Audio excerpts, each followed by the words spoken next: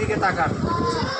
আজকে আমরা শিখব ইসমে ইশারা বা সর্বনাম। ইসমে ইশারা বা সর্বনাম অর্থাৎ কি আপনি ইশারা দিয়ে কোনো জিনিসকে বোঝানো, ইশারার দ্বারা কোনো জিনিসকে বোঝানো।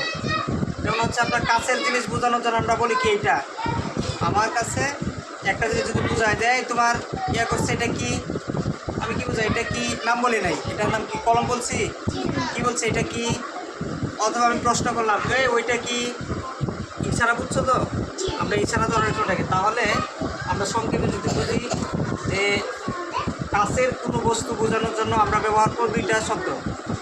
কাছের কোনো বস্তু বোঝানোর জন্য, কাছের কোনো জিনিস আমার কাছাকাছি একদম দূরে না, তাহলে সেটাকে কি বলবো, কাছের জন্য হাজা হাজিহি।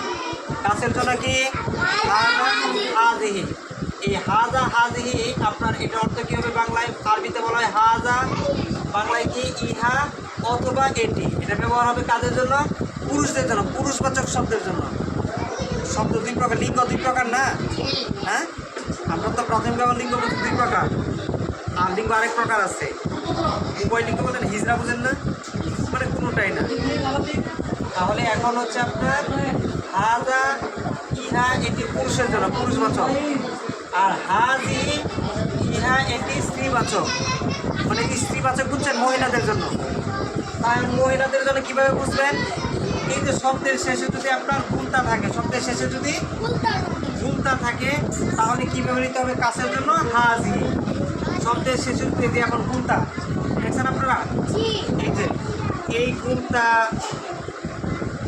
অথবা হচ্ছে আপনার শব্দের শেষে এই গুণতা থাকে, ঠিক আছে, যেমন গুণতাই থাকুক শব্দের শেষে, তাহলে কাছের জন্য কী ব্যবহৃত হবে, হাজি। কাছের জন্য কী ব্যবহৃত হবে, হাজি। আর হচ্ছে দূরের জন্য ব্যবহৃত হবে কি, পরে বলতেছে দূরের জন্য কী ব্যবহৃত হবে। তাহলে আমরা যদি বলি কাছের জন্য, যদি বলি পুরুষবাচক, হাজা কিতাবুন। হাজা অর্থ কি বলছিলাম আমরা, হাজা, হাজা অর্থ কি, ইহা অথবা এটি। হাজা অর্থ কি, ইহা অথবা এটি, এটি ইহা অথবা এটি। তাহলে হাজা কিতাবুন অর্থ কি হবে, ইহা একটি বই। হাজা কিতাবুন, ইহা একটি বই, কাছের জন্য বুঝাইছে। আর এটা হচ্ছে হাজিহি সাআতুন, হাজিহি সাআতুন। হাজি অর্থ কি, হাজি অর্থ কি, হাজি পড়াই না, হাজি অর্থ কি, হাজা হাজি অর্থ কি, এই ইয়া দাঁড়ান, আব্দুর রহমান দাঁড়ান, হাজা হাজি অর্থ কি, হাজা হাজি অর্থ পারেন নাই কেন, কতক্ষণ আগে না আপনাকে ধরলাম। এই রাকিব দাঁড়ান, বলেন হাজা হাজি অর্থ কি, কাছের জন্য কি অর্থ কি, কানে ধরে দাঁড়ায় থাকেন। সোহান দাঁড়ান, বলেন হাজা হাজি অর্থ কি, স্ত্রীবাচক। আশ্চর্য, কি বলেন, আমি এখানে তো পড়ে আসতাম। হাজা অর্থ ইহা, হাজি অর্থ ইহা। হাজা ব্যবহৃত হয় পুরুষের জন্য, হাজি ব্যবহৃত হয় মহিলা ইয়াদের জন্য, স্ত্রীদের জন্য। বলে নাই হাজা হাজি ইহা এটি, বলছি কিনা, ক্লাসে মনোযোগ দিতে হবে। তাহলে হাজা অর্থ ইহা, হাজি অর্থ কি, ইহা। হাজা ব্যবহৃত হয় হচ্ছে আপনার পুরুষের জন্য, আর হাজি ব্যবহৃত হয় স্ত্রীবাচক শব্দের জন্য। তাহলে হাজা কিতাবুন, ইহা একটি বই। হাজি সাআতুন, ইহা একটি ঘড়ি। হাজি সাআতুন, ইহা একটি ঘড়ি। তাহলে এখন দূরের বস্তু বোঝানোর জন্য, ওইটা আমি দূরে, দূরের বস্তু বোঝাবো। তাহলে দূরের বস্তু বোঝানোর জন্য কী ব্যবহৃত হবে, জালিকা তিলকা, জালিকা তিলকা। এটা অর্থ কি, উহা অথবা সেটি, উহা অথবা সেটি। জালিকা ব্যবহৃত হবে পুরুষবাচক শব্দের জন্য, জালিকা ব্যবহৃত হবে কিসের জন্য, পুরুষবাচক শব্দের জন্য। তিলকা ব্যবহৃত হবে স্ত্রীবাচক শব্দের জন্য, তিলকা ব্যবহৃত হবে স্ত্রীবাচক শব্দের জন্য।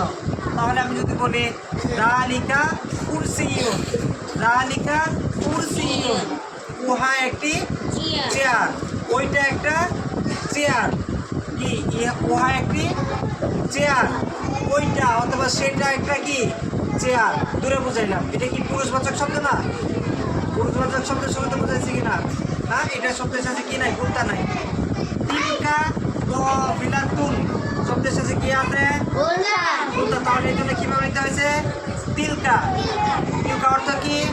উহা অথবা সেটি, দূরের জন্য, পুরুষ স্ত্রীবাচক। তিলকা অর্থ কি? উহা অথবা সেটি। কিসের জন্য বোঝায়? দূরের না কাছের? দূরের জন্য না কাছের জন্য? দূরের জন্য। তাহলে আমরা কি বললাম? তিলকা কফিলাতুন, এটা হচ্ছে স্ত্রীবাচক। ওইটা অথবা উহা অথবা সেটা একটা কি? টেবিল। সেটা একটা টেবিল।